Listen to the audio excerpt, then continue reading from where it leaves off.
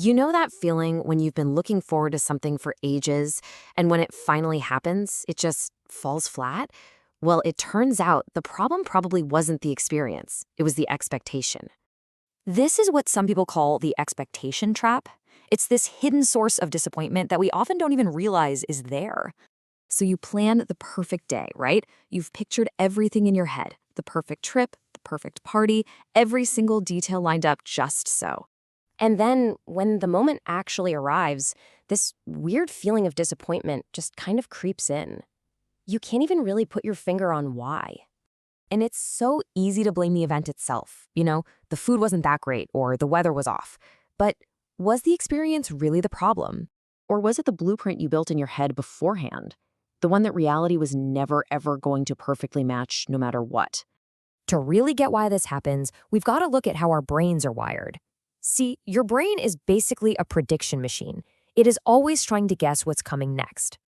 And here's the part most people completely miss. It all boils down to one single, super powerful thing your brain does. An expectation isn't just some vague hope. No, it's a very specific prediction. It's your brain creating a detailed forecast of how an experience should feel. It literally builds a simulation of how that dinner is supposed to taste or how that get-together is supposed to feel. And it does all of this way before the event actually happens. It's setting up this emotional benchmark ahead of time. And that, of course, leads to the big clash, the moment your perfect mental blueprint smacks right into the messy, unpredictable real world. Let's make this super clear with an example. Think about that big vacation you spent months planning. You researched everything, imagined the perfect sunny days, the amazing food. So, in your head, the blueprint was all about flawless weather and totally empty beaches. But the reality? Maybe it was a little cloudy in the afternoon, and yeah, there were other people around. It was still a beautiful day, but it wasn't a perfect match to the blueprint. And this is where the trouble starts. Your brain doesn't just enjoy the vacation for what it is. Instead, it pulls out that old blueprint and starts grading reality against it. So the actual experience isn't being evaluated on its own terms. Nope. It's being graded on how well it lined up with the prediction you made months ago. And that gap, that little space between your perfect blueprint and a perfectly good reality, that is exactly where the feeling of disappointment is born. So, how do you get out of this trap?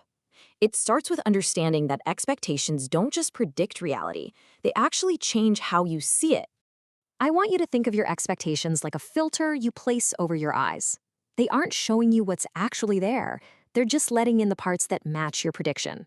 When you have a really specific, really high expectation, that filter becomes incredibly narrow. Suddenly, only a perfect match feels good, and every little deviation gets blown up into a failure.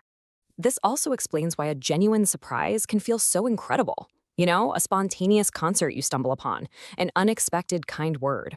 The reason is simple. You went in with no blueprint. There was no filter. You were completely free to experience the moment exactly as it was, without judging it against some pre-written script. Now, getting this doesn't mean you should stop looking forward to things. Not at all. It just changes how you see the experience itself. And let's be really clear here. The takeaway is not to become a pessimist or to have low expectations for everything. That's totally missing the point. The goal isn't to get rid of the plan.